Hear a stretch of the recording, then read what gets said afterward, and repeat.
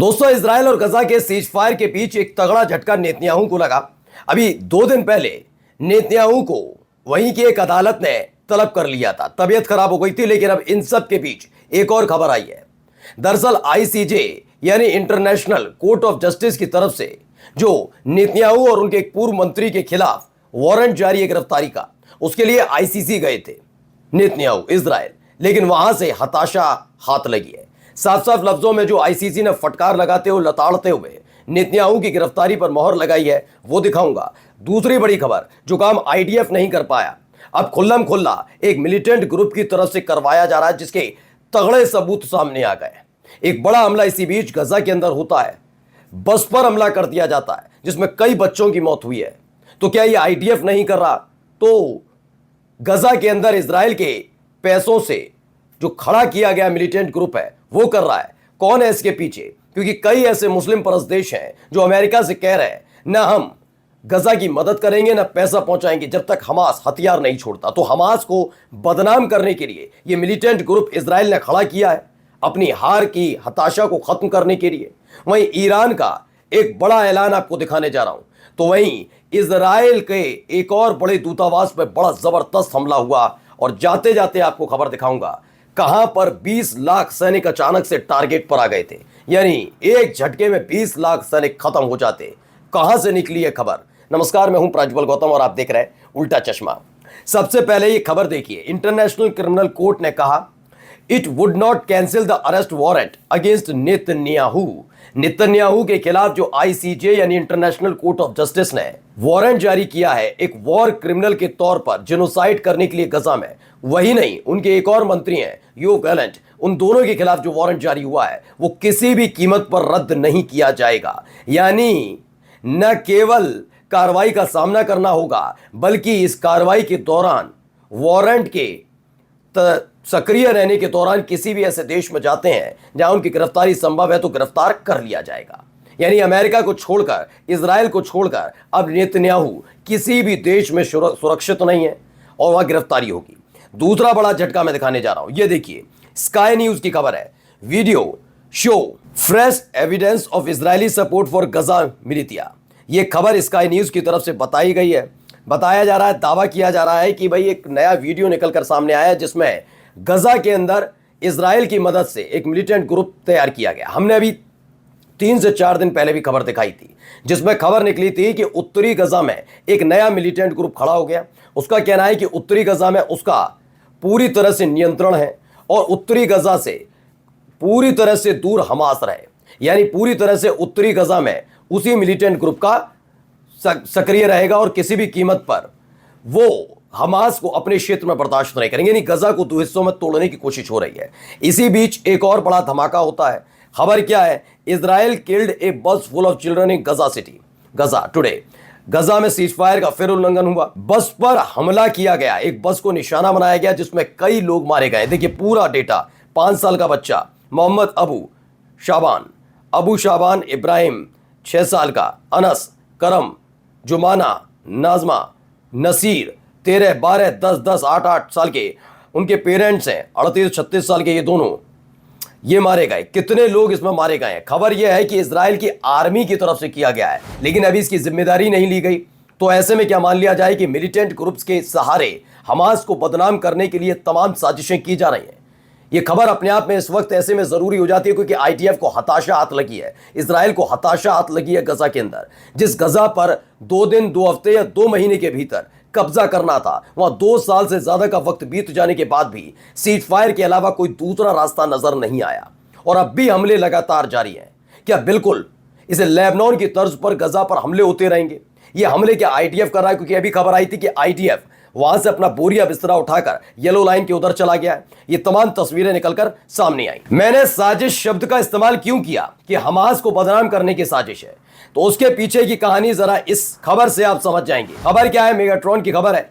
Saudi अरब ने, Bahrain ने और यूएई ने ट्रंप को बताया है, जानकारी दी है कि पोस्ट वॉर गजा प्लान बहुत रिस्क में, यानी वो खत्म हो सकता है। जो प्लान ट्रंप की तरफ से, अमेरिका की तरफ से तैयार किया गया गजा और इजराइल में सीज फायर को लेकर, वो कोलैप्स हो सकता है। क्यों? क्योंकि Hamas does not want to disarm. ये इजराइल की एक न्यूज एजेंसी ने बताया है। उसके मुताबिक सऊदी अरब, बहरीन और यूएई तीनों ये कह रहे हैं। अब इन तीनों देशों के बारे में अगर मैं कहूं तो आप जाकर देखिए, इन देशों में पहले से ही मिलिट्री बेस अमेरिका का है। अमेरिका किसके साथ खड़ा है? इजराइल के। वो पहले से ही हमास को बदनाम करने की साजिश रचते रहे। मैं फिर बता रहा हूं, डील ये है कि डिसआर्म करने के लिए हमास ने कभी मना नहीं किया। उन्होंने कहा है कि हम होंगे, लेकिन उनका कहना है कि अगर अभी हमने हथियार छोड़े तो हमें किस तरह से भरोसा दिलाया जाए कि इस गजा पर दोबारा हमला नहीं होगा।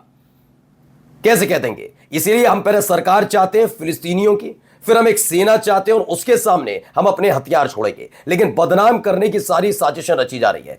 पहला नंबर ये कि आईडीएफ गजा से बाहर है। ऐसे में गजा में हमले कौन कर रहा है? वहीं मिलिटेंट ग्रुप खड़ा किया जाता है। अब क्या मिलिटेंट ग्रुप कर रहा है? और अगर मिलिटेंट ग्रुप कर रहा है तो उसका आरोप हमास पर लगाकर क्या इजराइल फिर से गजा पर कब्जा करने की कोशिश करेगा? और हमास हथियार नहीं छोड़ रहा है, एक ग्लोबली कहानी क्यों बनाई जा रही है? जबकि सीज फायर में साफ साफ लिखा है पहले सरकार, फिर गजा की सेना, फिलिस्तीनियों की सेना, उसके बाद डिसआर्म होगा।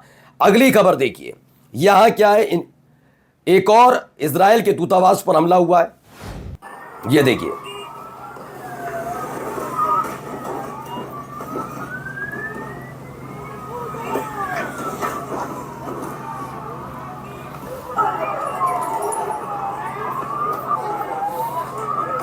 तो अफरा तफरी का आलम, इजराइल के खिलाफ कई नारेबाजी लिखी हुई है। यह खबर जो है वो इजराइल के दूतावास से है। बार्सिलोना है, वहां पर ये इजराइल का काउंसुलेट बना हुआ है, उसके बाहर लोग इकट्ठा होते हैं और वहां पर कुछ इस तरह के हालात पैदा होते हुए नजर आए, जहां पर पुलिस लगातार रोकने की कोशिश कर रही है। आइए अगली खबर, ईरान की। ईरान ने ऐसा कौन सा धमाका कर दिया जिससे हर कोई परेशानी में है? ईरान, रूस और चाइना तीनों ने मिलकर एक यूएन को लिखने जा रहे हैं लेटर। इस लेटर में साफ साफ है the end of the Iran nuclear deal. Nuclear deal को लेकर खत्म करने का ऐलान ईरान की तरफ से, रूस की तरफ से, चीन की तरफ से किया जा रहा है कि यूएन को लेटर लिखेंगे। वो कहेंगे जो ईरान की न्यूक्लियर डील हुई थी जिसके तहत परमाणु बम नहीं बनाएगा, ये नहीं बनाएगा, तमाम चीजें होंगी, वो अब हम नहीं, समझौते को हम रद्द करने जा रहे हैं अपनी तरफ से। और ईरान इसमें अकेला नहीं है, रूस और चीन ने भी खोलकर उसका साथ दिया कि हाँ, ईरान इतने साल से कुछ नहीं कर रहा। देखिए, 1996 का पहला इंटरव्यू है नेतन्याहू का, 1996। उसके बाद 96, 97, 98 तक हर बरस वो अपना इंटरव्यू देते रहे और हर इंटरव्यू में उन्होंने कभी 1 साल, कभी 6 महीने, कभी 1 महीना बस बना लिया ईरान ने न्यूक्लियर वेपन। ये तमाम दावे नेतन्याहू ने किए और इसी का डर दिखा दिखाकर, अमेरिका का समर्थन लेकर ईरान के खिलाफ पूरी दुनिया में माहौल बनाया जाता रहा। अब ईरान ने कहा कि हर शर्त अपनाने के बावजूद अगर हमारे न्यूक्लियर फैसिलिटी पर हमला भी होगा, कई प्रतिबंध भी लगाए जाएंगे, तो हम इसे मानने के लिए तैयार नहीं। और इसमें साथ किसी और ने नहीं, रूस और चीन ने दे दिया है। देखिए, Iran condemned Israeli strike on southern Lebanon, दक्षिणी लेबनान पर जो हमला हुआ था उसकी आलोचना की है। उन्होंने कहा कि लेबनान की जो संप्रभुता है उसे नुकसान पहुंचाने का काम इजराइल सीज फायर होने के बावजूद कर रहा है। पिछले साल नवंबर में सीज फायर हुआ था लेबनान और इजराइल के बीच, लेकिन हिजबुल्लाह के नाम पर लगातार इजराइल लेबनान में हमला कर रहा है। अब आने वाले वक्त में अगर ऐसा ही हमला गजा के अंदर हमास के नाम पर इजराइल करता रहे तो उसमें कोई दो राय नहीं है। देखिए हालात क्या हो गए, क्योंकि हमने एक दिन पहले तस्वीरें दिखाई थी, उससे इतर एक और तस्वीर निकल कर आई है। पहले देखिए लेबनान की, ये देखिए हर तरफ तबाही आपको नजर आ रही होगी। ये कुछ ऐसे हालात वहां पर बमबारी की बात बने, ये किसी भी देश, ऐसा देश जो सीज फायर कर चुका है, जो समझौता कर चुका है, उसके बाद भी अगर तस्वीरें निकल कर आती हैं, इससे सीख लेने की जरूरत है सबसे पहले गजा को, फिलिस्तीन को।